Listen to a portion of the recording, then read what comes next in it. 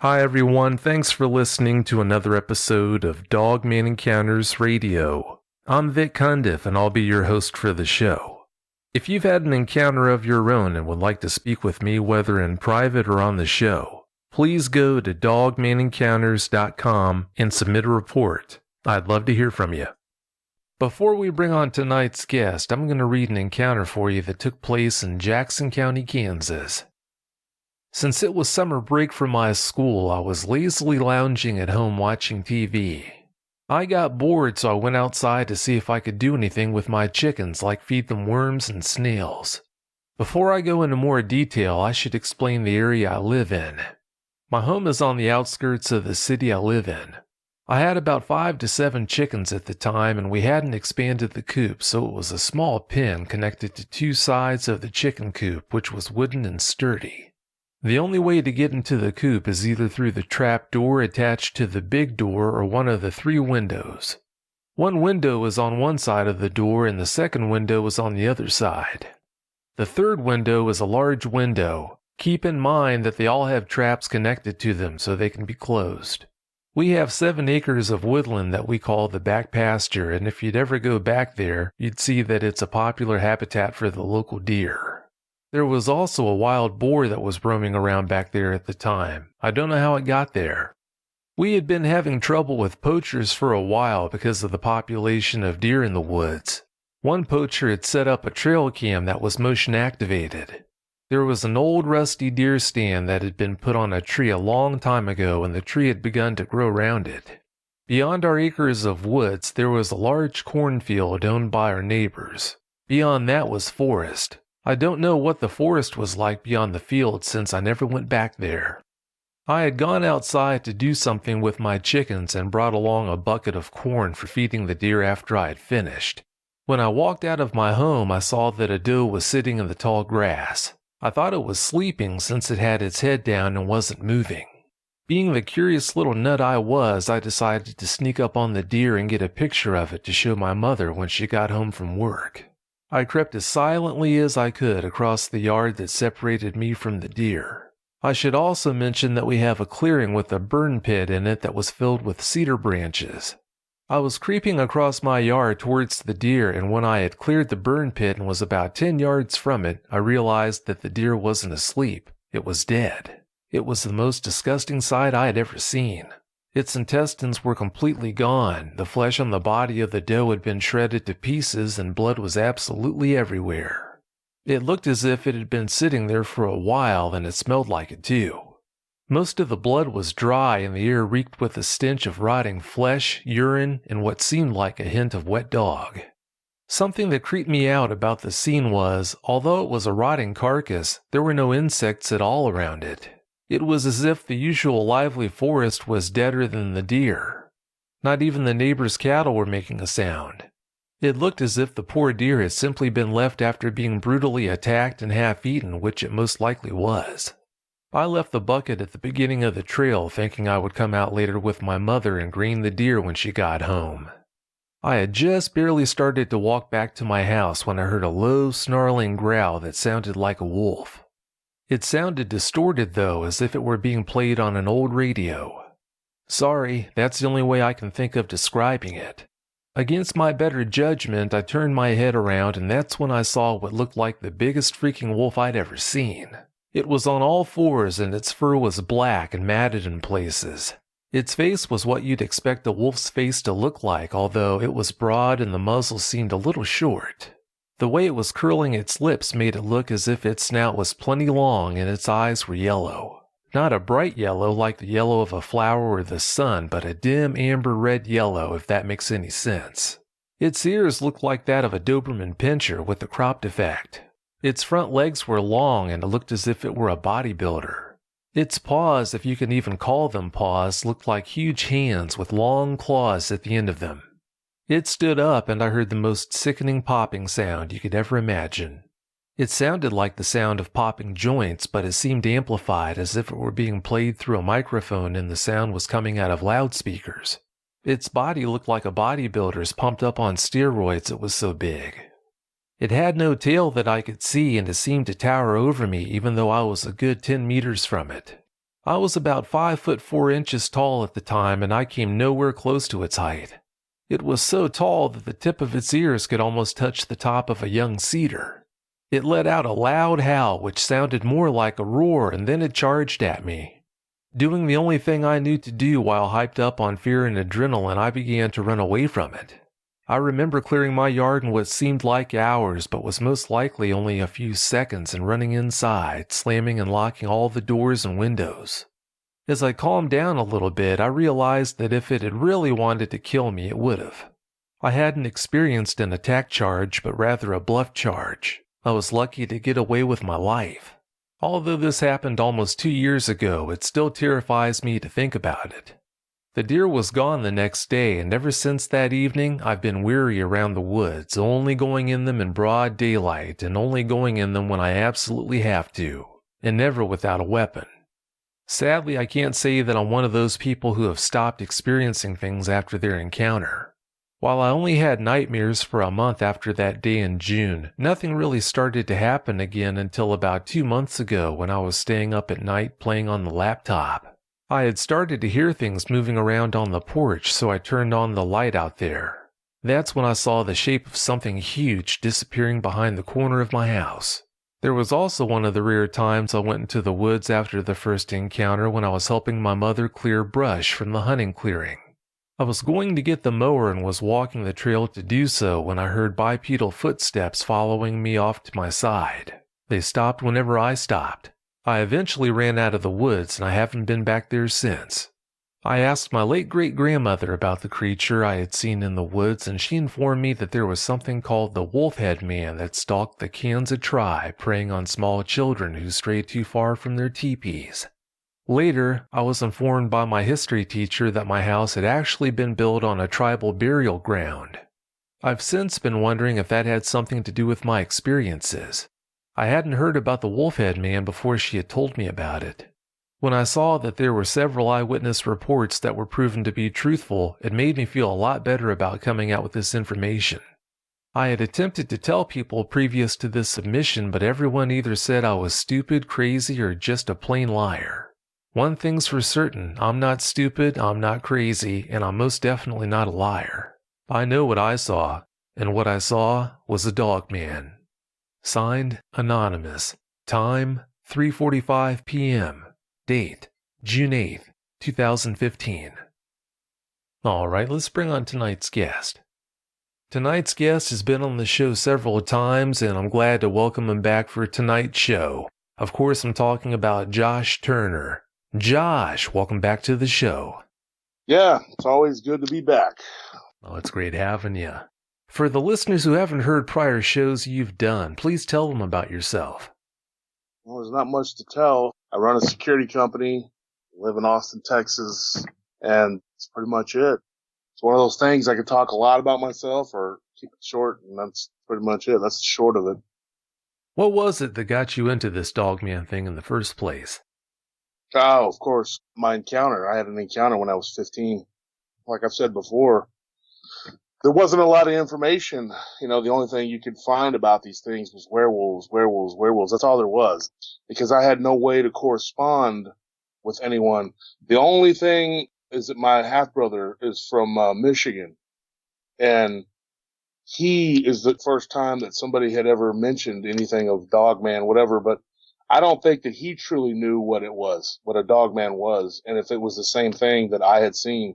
But way back, that was the first person that had ever said Dogman or whatever, because of the Michigan Dogman. And plus, you know, he had friends that would talk about it, but admittedly, he said that he didn't really pay attention much to it, you know, and I wasn't interested in any of that kind of stuff. You know, it was sports and stuff like that, you know, and this thing kind of blindsided me. I mean, there were stories about it growing up, and I just completely ignored them because I thought they were all just fairy tales, you know. Oh yeah, that's understandable. And there's nothing like having an encounter the way you did to get you into the topic. Yeah. Because I really wanted to know what it was. It wasn't until the internet took off, and I had a girlfriend that, short of it, is that she was the first of any of my girlfriends that I'd ever had that I actually opened up to, because I'd had a nightmare. I was having nightmares, and I wouldn't tell her what it was, and then finally I opened up to her. So she's like, well, we can look this up. So she got on the internet, and then there was all this information about these things. But even then, it wasn't like Dogman. It was like everybody has different names for them. You know what I mean? There's all this, Dogman has kind of become the catch-all term for it or whatever. And of course, people like you and your show have like, that name has now become, that's what it is. You know, that's what we call it. Yeah, things were in their infancy back then. I'm glad that so much more info is out there on the internet now and available to people who have these encounters. Since you were on the show last time, what have you been up to? Not a lot. Work. I don't even know, you know, like sometimes months go by and I don't even know, like, where did it go? You know what I'm saying? It's like, I guess the main thing I've been trying to do was get back in touch or try to find a time when I could get back in touch with Jerry's family to talk to his uncles, but it just hasn't worked out. It's always been something. The oldest brother died in November. And then there was this whole problem with the deed to the property, whatever. And then December was real hectic. Christmas. I usually really like Christmas. I'm a big Christmas person, but this Christmas was so stressful and I was just glad to have it over with. Everybody got what they wanted. Good. Okay. It's over. Whew, you know, and then January, we were really busy with work. And then February, finally did it. Finally got in touch with these people and was able to get what I needed. So yeah, that's what I've been doing since the last time I was on. Well, I'm glad you're able to reach them that way then. Now that you have people contacting you to share their Dogman encounters with you, is there anything about this that surprised you? No, because I know people. People are strange, and some of the people that I talk to are very, very nice people. They're very, very down-to-earth people, but there are some strange people. There are some people who have some weird fetishes or whatever, like costumes, and I'm like, okay, yeah, that's whatever, but I have been surprised, I guess, by the number of people from outside the country that listen to your show was the biggest surprise. I was telling one of my nephews the other day that I can't believe how many people from Europe like your show. That's crazy. You know, it's weird. It is amazing how some people from places you didn't even think of that had people listening to the show will reach out and contact you. But anyway, now that you've been studying Dogmen for some time, after seeing the one you saw, do you think this Dogman situation is milder than you first thought or more intense? Oh, it's definitely more intense. I mean, the stories I'm about to tell you were intense. I thought when I was getting this story that, you know, I was going to hyperventilate it first. I was like, you know what I mean? It's really amazing, you know, and it seems like the further down the rabbit hole you go, the deeper it gets. There was actually a story that I got from someone who had contacted me from Iceland, or is from Iceland. I don't know if they live there now, but they were from Iceland. And that's weird because they have stories of these dogmen that supposedly live in these giant caverns. They have all these caverns that have been carved out by the ice and the volcanoes. And supposedly they have people that they have kidnapped and that they breed them as cattle. That's a scary thought. I mean, and that's what this girl told me. And I'm just like, wow.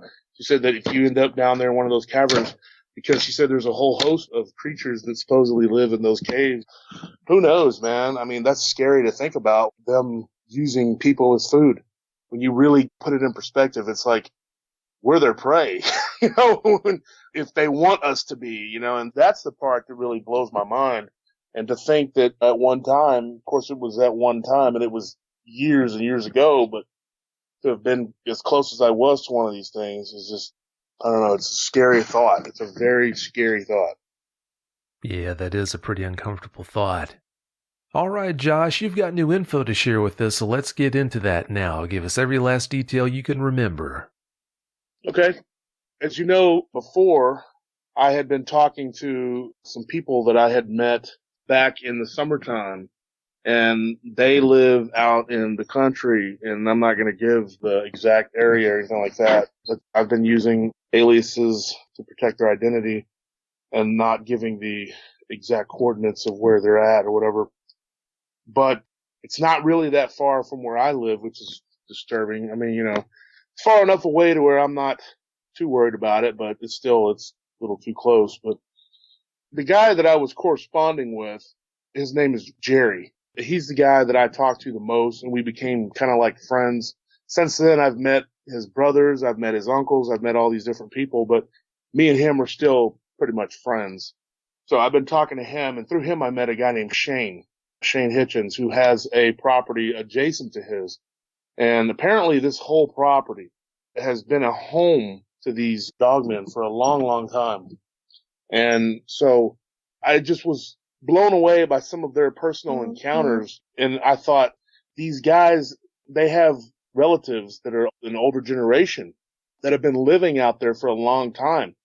And I thought, if there was a way to get in touch with their uncles, their grandparents, their dad, there's got to be some more stories, because they were telling me that they could tell me a lot more than they could, because all they had was their personal encounters and then the stories handed down. And you know, when a story is from a previous generation, it gets watered down, then it gets passed down again, it gets watered down. So the further back you go and the closer to the event, the people that were told it firsthand, that's where you get the information from. And so I was determined to try to get a hold of these guys, but you know, it's one thing after another, you know, and I almost got it done in January, but then they had a quinceañera, which for those of you who don't know, it's for girls when they turn 15. So it's a Mexican culture thing. And so they had a big quinceañera, and then there was a birthday, and then there was this and there was that. And it never did work out. We just kept having one issue after another. And so it was just like, when am I going to get to talk to these people? Finally, I got it done. And you know, as soon as I got my story, I contacted you the next weekend after, because I wanted to make sure that when I talked about it, it was fresh in my mind, and I didn't want to have to put it off or whatever. So, and I honestly think there's still a little meat on the bone here with one of them that I interviewed. I think I'm becoming a better researcher, a better interviewer. And I don't know if that's what I am, but it seems like it's kind of evolved into amateur research in some way. I'm getting to where I'm better at asking these questions, because there was something that was told to me by Jerry and his brothers and Shane that they kind of said, and I thought it was in jest, and I thought, well, this isn't really anything pertinent to anything, and so I didn't commit it to my mind. But then that comment, which is really what it was, just was a comment that kind of became a joke or something, and I thought that that's what it was, but it turned out that it was very important information, and I know now to interview people a little better. I'm not as thorough as you. You're the master, but I'm getting a little better at talking to these people and getting details, because just telling somebody the overview of a story, you got to try to fish out the details and get them to talk. I'm good at talking to people and I'm good at recounting things, but I realize now that there was still some things I need to work on, because I could have had that going into these interviews I did. I could have had that information ready. And when it was given to me, it all came back to me that I had already heard that before. So anyway, Jerry has two uncles. Well, he had four. One was his Uncle Adam, who died. Now, he died back in November, and that's a shame because I didn't get to interview him. Guy was 80 years old, going on 81, was still working on his farm, his ranch, and died working on a tractor. So, you know, some of these country people, they work till the day they die. And I've seen that before with my own family, my family on my dad's side that lives out in the country, just working until they die. They tend to live longer, healthier lives because they grow what they eat. You know, they eat what they grow. They just have a better diet. They live better, and they don't tend to retire. They just kind of work until that's it. But anyway, I missed my opportunity with him, and that's a shame because I'm sure he was the oldest brother of these brothers that I'm going to talk about now, which would be Jerry's uncles, and I missed that. And of course, Jerry's dad, Andrew, he was not willing to discuss his encounters. He didn't want to even talk about it. And according to what Noah and Abel, which are the guys I'm going to tell you about, they both seem to kind of agree that their dad, who was one of the original people out there that worked for the Hitchens, that their younger brother, Andrew, was the most like their dad. The dad never wanted to talk about it. He dealt with these things over and over again and never talked about it, never discussed it ever till the day he died. And it was just one of those things where they got the information that they got from his brother who died. And I guess his name was Lupe. Lupe, he had passed away a long, long time ago. So some of the stories from that previous generation were passed down by him and Art Hitchens, these stories that they had told that I'm about to tell you. But anyway, so what happened was I finally got a chance to interview Noah. Now I got a hold of him first, and he is, I guess, Jerry's uncle, his dad's older brother. Now, like I said before, Adam, who was the oldest, his dad was named Adam too, so I don't want to confuse you.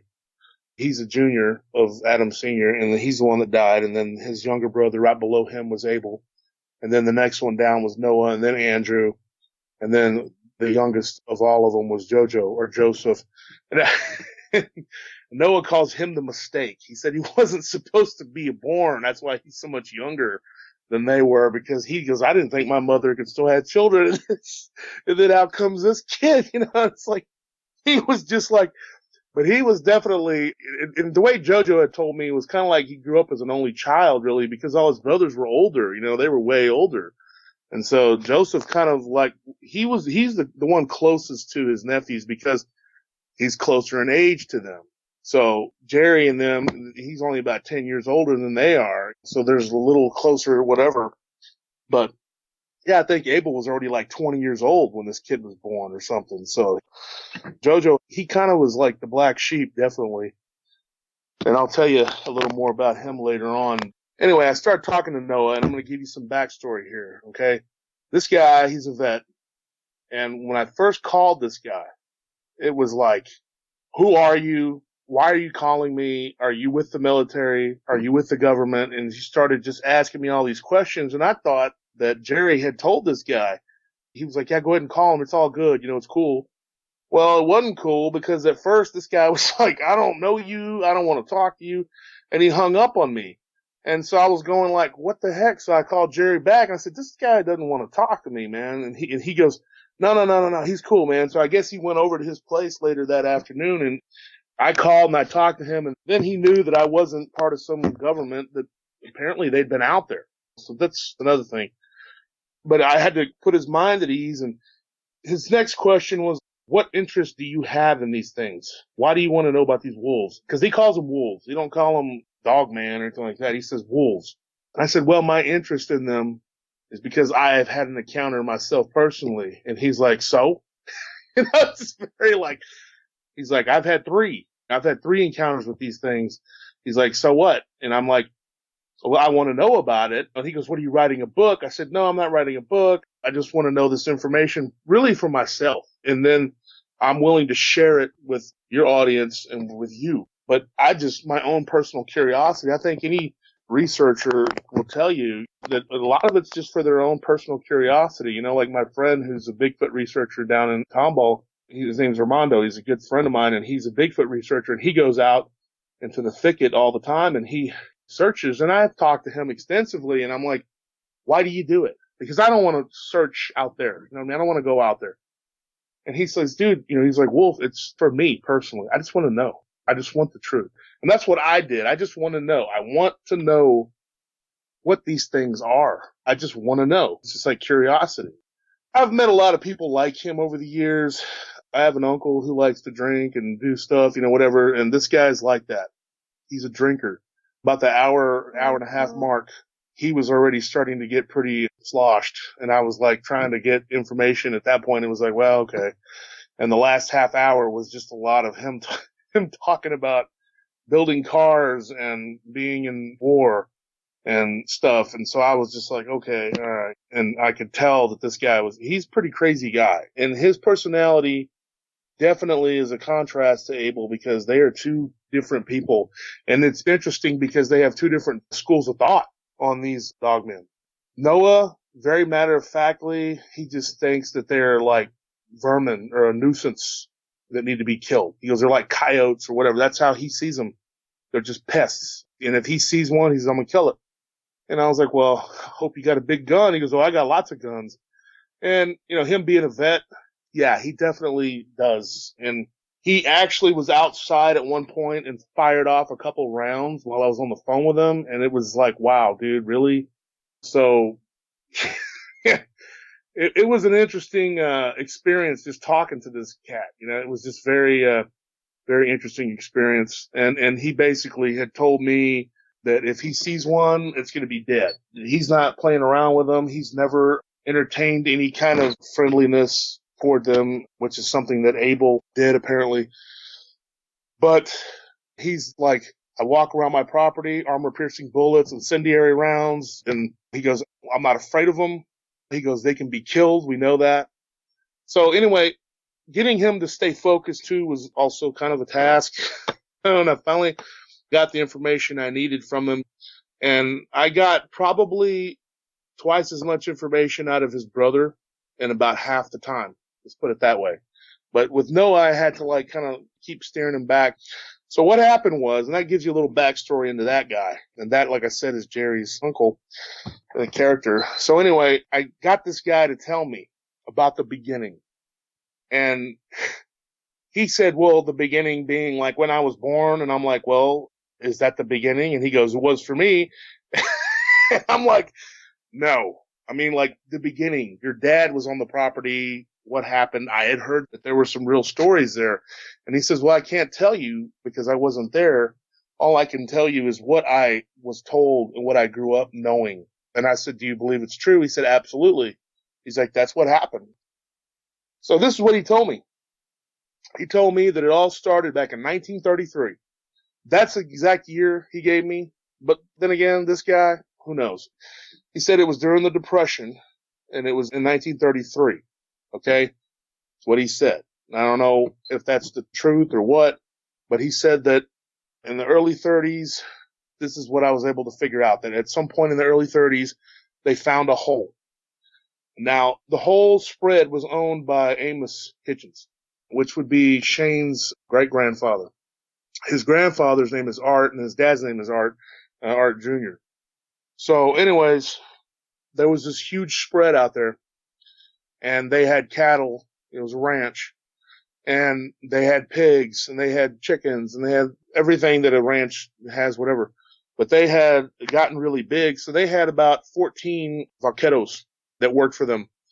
10 of them were from Mexico, and 4 of them were Americans. 4 of them were huelillos, as we would say, white people. And the other 10 were Mexicanos, or Mexicans. And he said back then, I guess there had been like some sort of war or something down in Mexico. And a lot of these Mexicans, there was an influx of people trying to get jobs. And it was hard for them to compete back then because the Depression, I mean, everybody needed a job.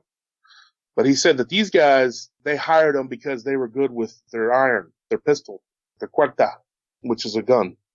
And so basically he said that that was a prerequisite on that ranch, that they had to be able to handle themselves with a pistol. And I said, well, was it because of the thieving? And he's like, no, it's because of those wolves, fool.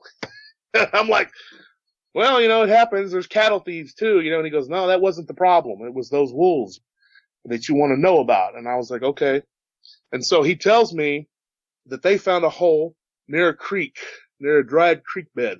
And it was this huge hole. And he said that it was big enough for people to go inside of it. And he said that after a couple of days that the vaqueros, a couple of them got the sand to go down in it.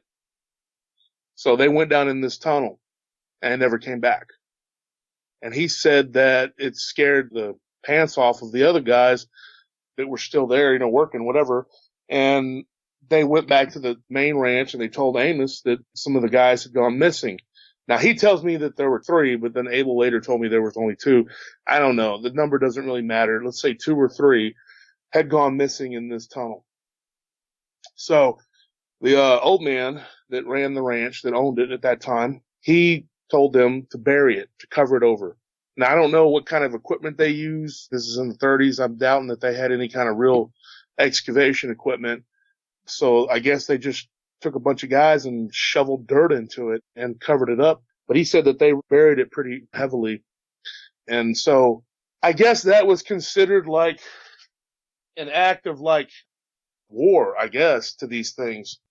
So this is what really started it. This is what set it off. You know, this is what started the whole problem, according to Noah. That was the jumping off point to him, the beginning. Now, I'm sure there were problems before, but I guess these older guys that I was talking to, I guess they don't know about those problems. All they know is that that was what they were told, that that's how it started. Well, the next night after it was buried, the bunkhouse that sat on the southwest corner of the property got attacked. And the first night they said it was just rocks. Now he told me that where that bunkhouse used to be, there's still some pieces of it. That these rocks, he said that as a grown man, if you pick one of them up, you might be able to throw them a couple feet with both arms over your head. But he said that they were flinging them at the bunkhouse and they were knocking big holes in the wall and everything. And so the next night, I guess this went on throughout the night. The next day, they were trying to fix it, whatever. Well, it didn't matter because they got attacked again the second night. And that's when supposedly a big shootout took place.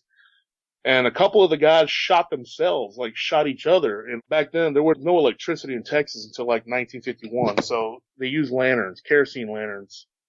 And so the bunkhouse caught fire and it burned down. And one of these guys got drugged out into the woods. And that was it. They never found the guy. We don't know what happened to the guy. These were guys from Mexico. Like I said, it was during the Depression. Who knows? Well, all the guys left. All but like 4 of the dudes left. There were 2 guys from Mexico that stayed and 2 of the white guys that stayed. The rest all either left to go back to Mexico or they left where they came from. Well, one of the guys that left absconded with, or eloped, I guess I should say, with Gladys, who happened to be, I guess, their dad's sister. So they left. Now, during the Depression, it's hard to find a job. You get a job. Something really bad had to really happen for you to leave, to just quit that job. You know, you had room and board and pay. So, yeah, something terrible had to have happened. So all but 4 guys had left, and then they rebuilt another bunkhouse closer to the main house, and they hired some more guys. And so that was the beginning. And so what Noah said was they started having problems big time after that initial battle that took place. I guess you want to call it a battle. They started taking the cattle, like not one here and there. No, it was like bad. He said that, now he says it was in 2 months. Abel said it was 3 months. And like I said, there's these little differences between the numbers or whatever, but within a 2 or 3 month span, 400 head of cattle were killed. I don't even know how to wrap my mind around. That's a lot.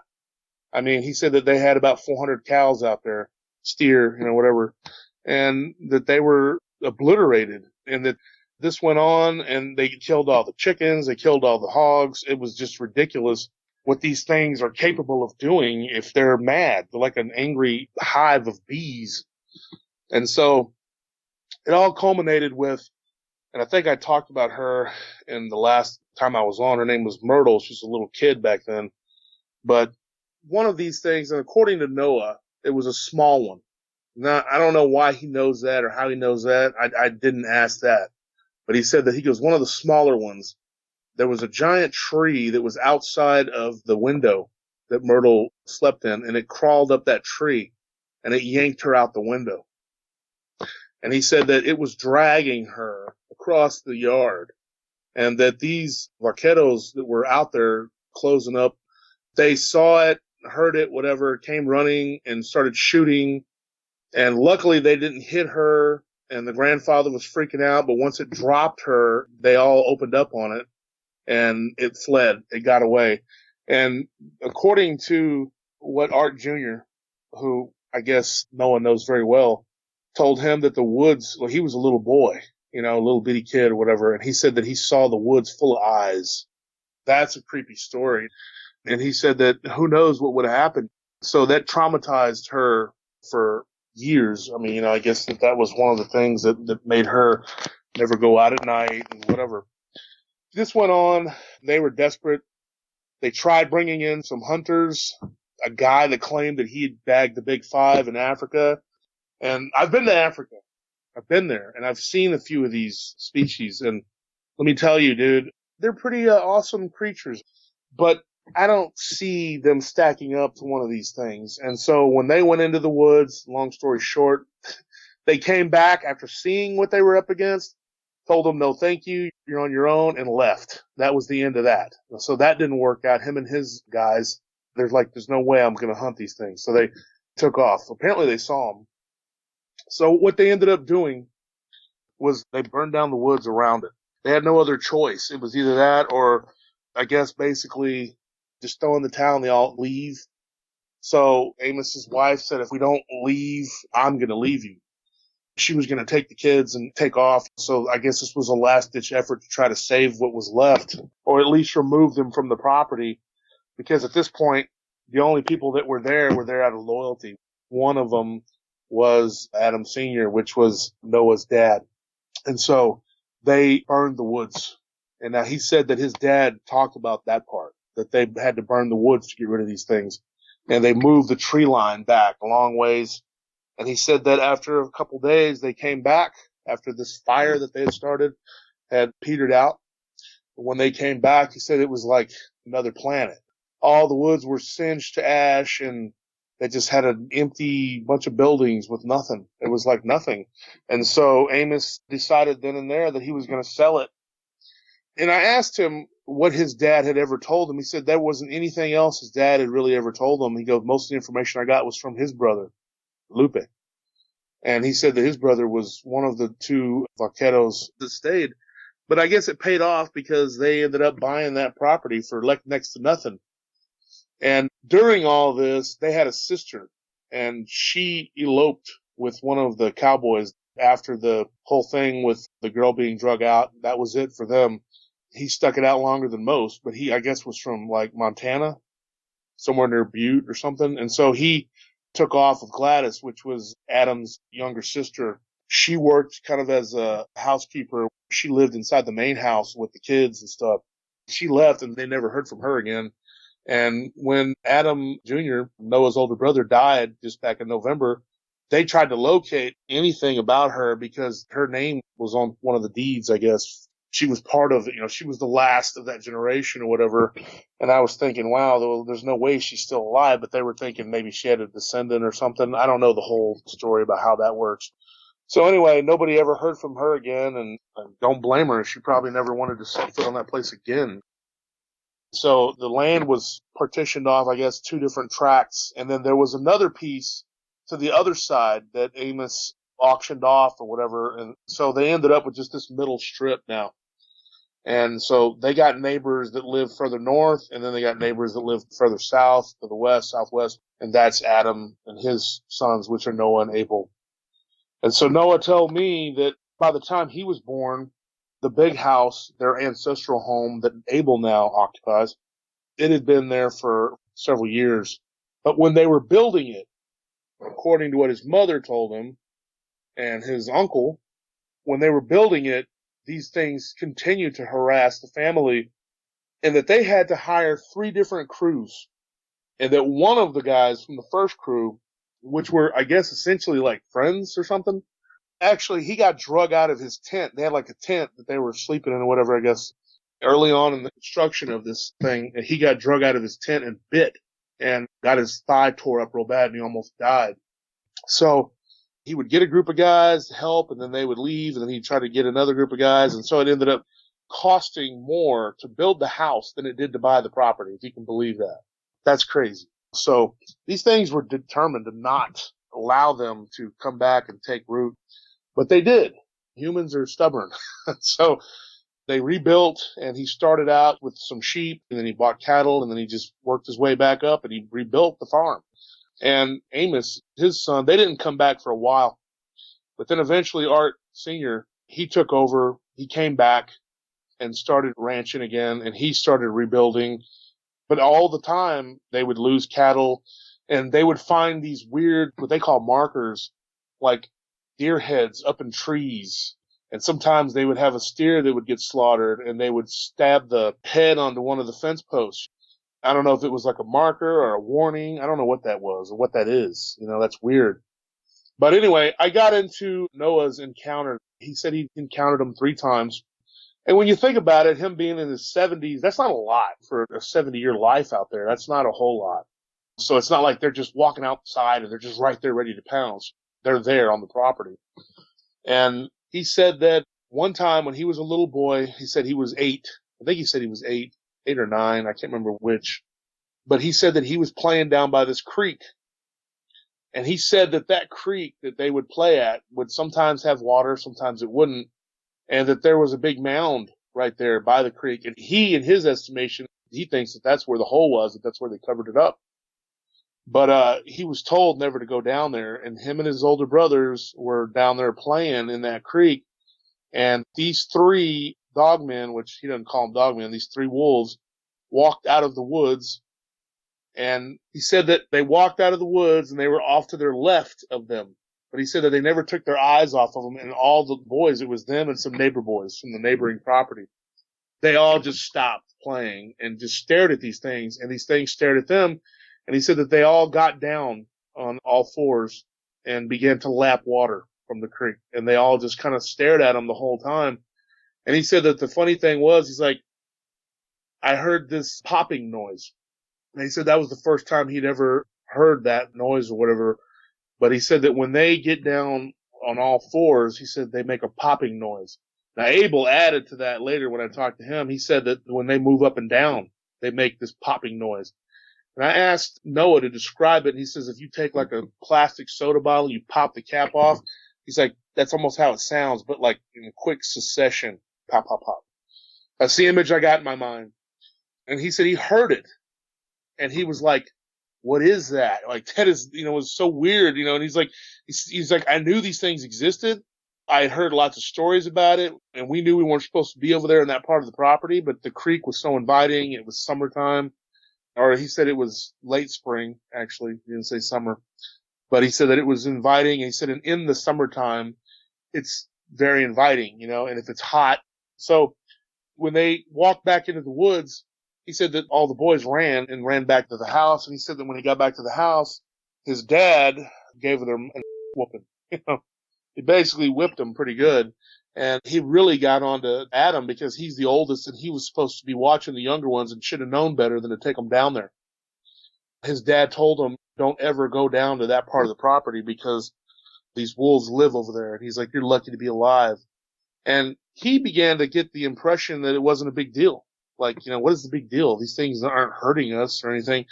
But his dad had a healthy fear and respect and hatred for these things. He hated them. He didn't like them at all. And so he told them, he goes, these things are bad news. They're really bad. Don't mess with them. Don't let them see you even. If you see one, hide. So that's Noah's story. That's what he told me. It was just contrasting his story to Abel's story, and I'm going to get into Abel's story.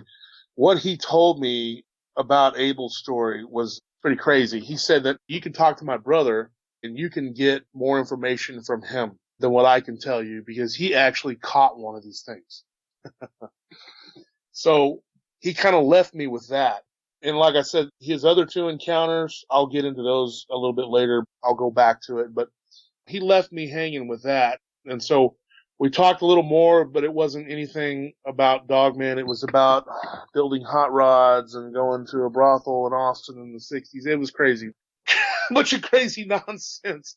So I ended up going, yeah, okay, and it was very polite, and we talked, and we got off the phone. A couple days later, I get in touch with Abel. It was a Sunday. He just got out of church. He's a deacon at his church. He's a real religious guy. He doesn't drink or do any of those things. I guess he used to at one point. He was drinking at one point and smoking cigars every day, and his house caught fire. So I'll tell you about that. But anyways, talk to Abel. And of course I wanted to know everything I could about this dog man that he supposedly caught. Well, he started from the beginning too, and he basically just reiterated everything that Noah had told me going back to the beginning with the hole that they covered up. And he talked, and of course the numbers were a little different, it wasn't exact and identical, but it was basically the same thing. I got the gist of the same story. But when I got to the part about his encounters, he goes, dude, I've encountered these things over and over again. And then he said every day for several months I encountered one. And I'm like, how is that? And he says, because I caught one. Now that's what I wanted to know. And so I told him, I said, can you tell me about this? And he says, yeah, oh, yeah. Well, that's going to do it for part 1 of this interview with Josh Turner. To catch part 2, we'll catch you back here next Friday night at 9 Eastern. As always, thanks so much for listening. Have a great night.